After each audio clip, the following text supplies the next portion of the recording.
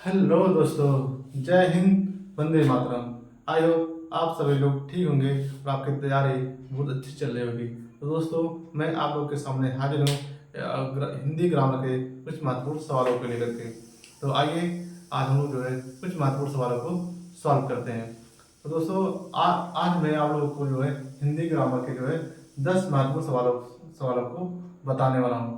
और लास्ट में जो ग्रामर सवाल रहेगा वो जो है आप लोगों को कमेंट में बताना होगा। तो वीडियो के लास्ट तक या अंत तक बने रहें।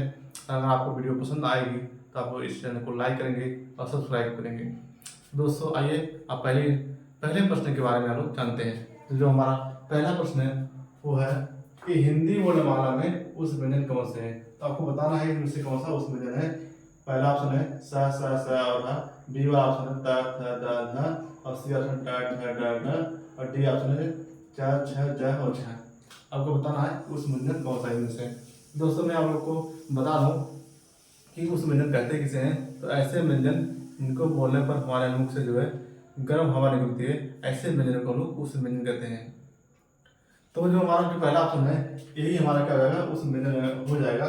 क्यों? क्योंकि इसी को हम जब बोलेंगे तो हमारे मुंह से जो है गरम गरम सी हवा निकलेगी, इसलिए जो है उनको हम जो है उस व्यंजन कह देंगे। जैसे आप लोग बोल के देख सकते हैं स ह। तो लोग इसको बोल रहे हैं तो हमारे मुंह से गर्म हवा निकल रही है, इसलिए हमारा जो पहला ऑप्शन हो जाएगा वो ए वाला ऑप्शन हो जाएगा। आइए देखते हैं दूसरा प्रश्न क्या कर रहा है। दूसरा प्रश्न कह रहा है कि हिंदी के जिन वर्णों का उच्चारण करते समय केवल श्वास का प्रयोग किया जाए उन वर्णों को क्या कहते हैं। तो हिंदी का उच्चारण करते समय जिन हिंदी का उच्चारण करते समय केवल श्वास का प्रयोग किया जाए उन वर्णों को क्या कहते हैं। तो आपके पास ऑप्शन है अघोष कहते हैं, सघोष कहते हैं, अल्प प्राण कहते हैं कि महाप्राण कहते हैं। तो मैं आप लोग को बताना चाहता हूँ कि अगर केवल श्वास का ही प्रयोग हो रहा है तो ऐसे वर्ड को हम अघोष कहते हैं, याद रखिएगा। तो इसका आंसर हो जाएगा हमारा अघोष हो जाएगा। देखो देखो पहली बार जो है क्वेश्चन बना है एग्जाम में कि अघोष किसे कहते हैं, सघोष किसे कहते हैं, और अल्प प्राण किसे कहते हैं, महाप्राण किसे कहते हैं। तो देखो थोड़ा सा मैं आप लोग को बताना चाहता हूँ कि अघोष क्या होता है। तो अघोष किसे कहते हैं, हिंदी में जो हमारे व्यंजन है उन व्यंजनों में जो पहला और दूसरा अक्षर होता है, जो वर्ण होता है, उन्हीं को हम लोग जो है अघोष कहते हैं। जैसे हमारे पास 5 वर्ग होते हैं, क वर्ग, च वर्ग, टा, त और प वर्ग होते हैं। इन सभी वर्गों में से पहला और दूसरा अक्षर होता है, उसी को हम लोग अघोष कहते हैं। बाकी जो बचे हुए हैं जैसे तीसरा, चौथा और पांचवा, इनको हम लोग सघोष कहते हैं। आइए जानते हैं अगले प्रश्न के बारे में कि तीसरा प्रश्न है कि या र ल व व्यंजनों को क्या कहते हैं। तो जो हमारा या र ल व व्यंजन है, हिंदी में आप लोग पढ़े होंगे या र ल व आता है, ये क्या है, व्यंजन, ये सब व्यंजन है। और इन व्यंजनों को क्या कहते हैं। तो आपके पास ऑप्शन है स्पर्श व्यंजन है कि अंतस्थ व्यंजन है कि उस व्यंजन है या इनमें से कोई नहीं है। देखो स्पर्श व्यंजन के बारे में लोग जानते हैं कि जितने भी का वर्ग है, का, चा, का, था और प, इन सभी को स्पर्श व्यंजन कहते हैं। इसके अलावा हम लोग 2 चीज और याद रखेंगे, इन 2 वर्डों को और याद रखेंगे, ड और ढ, ये भी स्पर्श व्यंजन के ही अंतर्गत आते हैं। तो टोटल जो स्पर्श व्यंजन है वो हमारे हो जाते हैं 27। तो यहाँ पे स्पर्श व्यंजन, यहाँ पे इसका आंसर नहीं होगा। और उस व्यंजन के बारे में हम जान ही चुके हैं क्या होता है। स और हाँ को हम उस व्यंजन कहते हैं। और इसका जो उत्तर हो जाएगा, इसका जो आंसर हो जाएगा बी हो जाएगा। तो दोस्तों याद रखेंगे कि या र ल व जो है हमारा क्या है, ये अंतस्थ व्यंजन है। आई होप आपको अच्छे से समझ में आया होगा। अगला जो हमारा पास जो सवाल है वो सवाल है चौथा, क्या है कि निम्नलिखित में ओष्ठ ध्वनि है। आपको बताना है इनमें से कौन सा ओष्ठ ध्वनि है। ला है कि रा है, ए है या फ है। तो पहला ऑप्शन है ला, दूसरा है रा, तीसरा है ए और चौथा है फ। देखो यहाँ पे पूछा क्या है, ओष्ठ ध्वनि के बारे में, ओष्ठ ध्वनि के बारे में पूछा है। तो ओष्ठ ध्वनि के बारे में हम उसको बताना चाहता हूँ कि ओष्ठ ध्वनि कहते किसे हैं। जैसे हमारा क वर्ग हो गया, क वर्ग को जो है कंठ वर्ग, कंठ ध्वनि कहते हैं। क्यों कहते हैं? क्योंकि हम क ख ग और घ अंगा को अगर हम लोग बोलते हैं हमारे कंठ से, यहाँ से जो है यहाँ से दबाव पड़ता है और यहाँ से ध्वनि निकलती है बाहर, यानी कंठ से ध्वनि निकलती है बाहर, इसलिए हम कंठ वर्ग कहते हैं। तो यहाँ पूछा क्या है, पूछा है ओष्ठ ध्वनि के बारे में। तो ओष्ठ ध्वनि ओष्ठ ध्वनि जो है हमारे ओठ से निकलती है। तो इसमें से बोल के आप लोग समझ सकते हैं या बोल के देख सकते हैं, क्लिक कर सकते हैं कि कौन सा इनमें से वर्ड है जो हमारे ओठ की सहायता से बोला जाता है। तो ला तो होगा नहीं, रा तो होगा नहीं, ए तो होगा नहीं, फा, फा है। ठीक है, इसका जो आंसर हो जाएगा वो हो जाएगा वो फा हो जाएगा। क्यों? क्योंकि इसके अलावा भी और भी बहुत सारे ऐसे ध्वनियाँ हैं जिनको जो है हम ओष्ठ ध्वनि कहते हैं। जैसे पा वर्ग में जितने भी वर्ड आते हैं वो उसमें व्यंजन के अंतर्गत आते हैं, नहीं ओष्ठ, सॉरी माफ कीजिएगा, ओष्ठ ध्वनि के अंतर्गत आते हैं। जैसे प, फ, ब, भ, म, प, फ, ब, भ और म, और ये टोटल कितने हैं? 5 हैं। आई होप आपको ये प्रश्न समझ में आया होगा और आपका जो डाउट था क्लियर हुआ होगा कि फा ओष्ठ ध्वनि के अंतर्गत आता है। अगला जो 5वां सवाल है, वावेल को हिंदी में क्या कहते हैं? Very very easy question. आज का जो वीडियो वीडियो में जो क्वेश्चन पूछा जा रहा है, इस क्वेश्चन में जो 5वां जो क्वेश्चन है वो सबसे आसान क्वेश्चन है कि वावेल को हिंदी में कहते क्या है। तो अक्षर कहते हैं कि व्यंजन कहते हैं कि स्वर कहते हैं कि समृद्धि कहते हैं। देखो दोस्तों, अच्छा तो कहेंगे नहीं, हम लोग बचपन से पढ़ते आ रहे हैं। चलो क्लास सेकंड में थे, थर्ड में थे, फोर्थ में थे, तो वहाँ पे सर लोग हमको बताते थे वावल का मतलब स्वर होता है और कॉन्सोनेंट का मतलब व्यंजन होता है। तो वावल को हिंदी में क्या कहते हैं? क्या कहते हैं? तो स्वर कहते हैं। वेरी गुड ना। तो वावल को हिंदी में स्वर कहते हैं, याद रखेंगे। इसका जो आंसर रहेगा वो सी वाला ऑप्शन हो जाएगा सही। 6वां सवाल क्या कह रहा है? जिन शब्दों के अंत में आ आता है उन्हें क्या कहते हैं? दोस्तों याद रखेंगे कि ये भी जो है एक वेरी वेरी इंपॉर्टेंट क्वेश्चन है कि जिन शब्दों के अंत में अगर हम कोई शब्द बोल रहे हैं तो लास्ट में आ का उच्चारण आ रहा है, ऐसे शब्द जिनको बोलने में लास्ट में आ का उच्चारण आ रहा है, ऐसे वर्ड को अकारांत कहते हैं।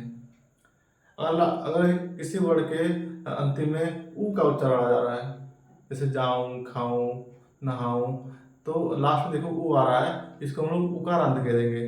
लेकिन ऐसे हम कोई दूसरा शब्द बोल रहे हैं जैसे शाम, कमल, नयन, देखो आ रहा है लास्ट में, तो ऐसे वर्ड को हम लोग अकारांत कह देंगे। तो इसका पूछा क्या है कि जिन वर्डों के अंत में आ आता है उसे क्या कहते हैं? तो आपको याद रखना है, इसको हम अकारांत कहते हैं। जो डी वाला ऑप्शन है वही सही हो जाएगा। 7वां जो सवाल है आज का, 7वां सवाल क्या कह रहा है कि कौन स्वर नहीं है? आपको बताना है कि कौन सा स्वर नहीं है इसमें से। ए वाला बता रहा है कि अ, बी, उ, सी, ए और डी, ब। तो स्वर के बारे में जान ही चुके हैं, स्वर क्या होता है, कितने तरह के होते हैं, कितने होते हैं। तो स्वर के बारे में मैं थोड़ा सा आपको बताना चाहता हूँ। जो अगर आप लोग नहीं जानते हैं तो एक वीडियो और बना चुका हूँ, आप उसको जाके देख सकते हैं। तो देखो स्वर के बारे में थोड़ा सा मैं बता दे रहा हूँ कि कहते किसे हैं। तो ऐसे ध्वनियाँ जिनको बोलने के लिए हमको कम संघर्ष करना पड़ता है या कम समय देना पड़ता है, ऐसे ध्वनि को लोग स्वर कहते हैं। स्वरों की जो संख्या होती है टोटल संख्या 11 होती है। ये भी कई बार जो है एग्जाम में क्वेश्चन बन चुका है।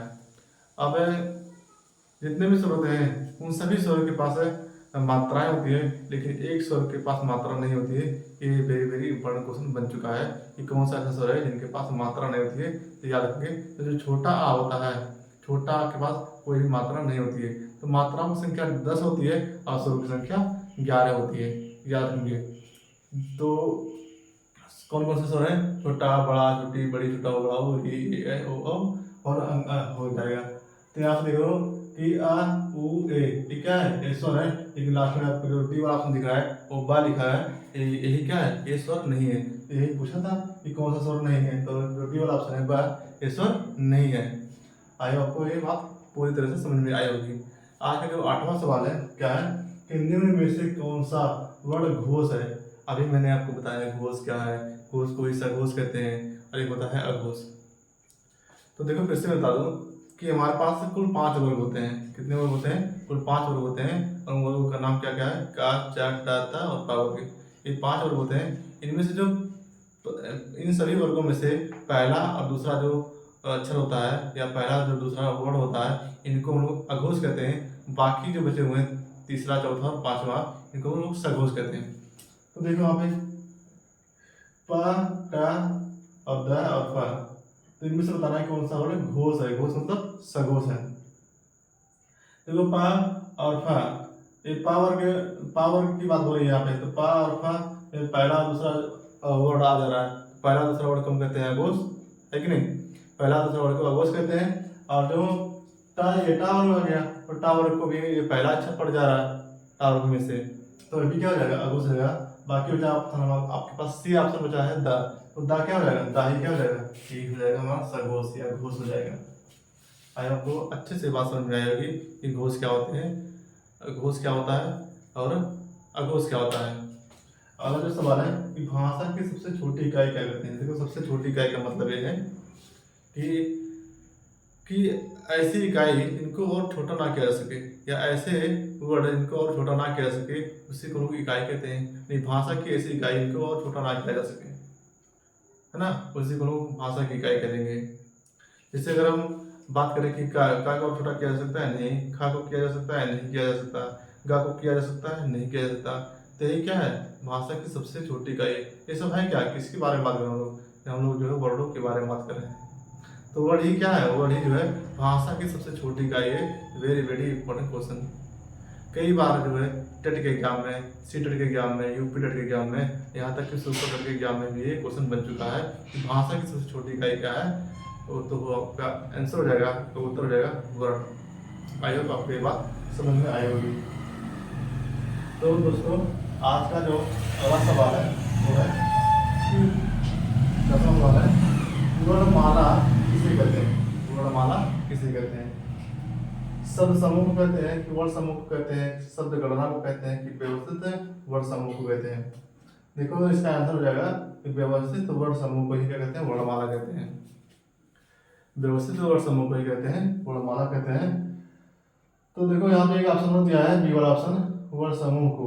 तो वर्ण समूह कैसा होना चाहिए, व्यवस्थित होना चाहिए, तभी हम उसको वर्णमाला कहेंगे।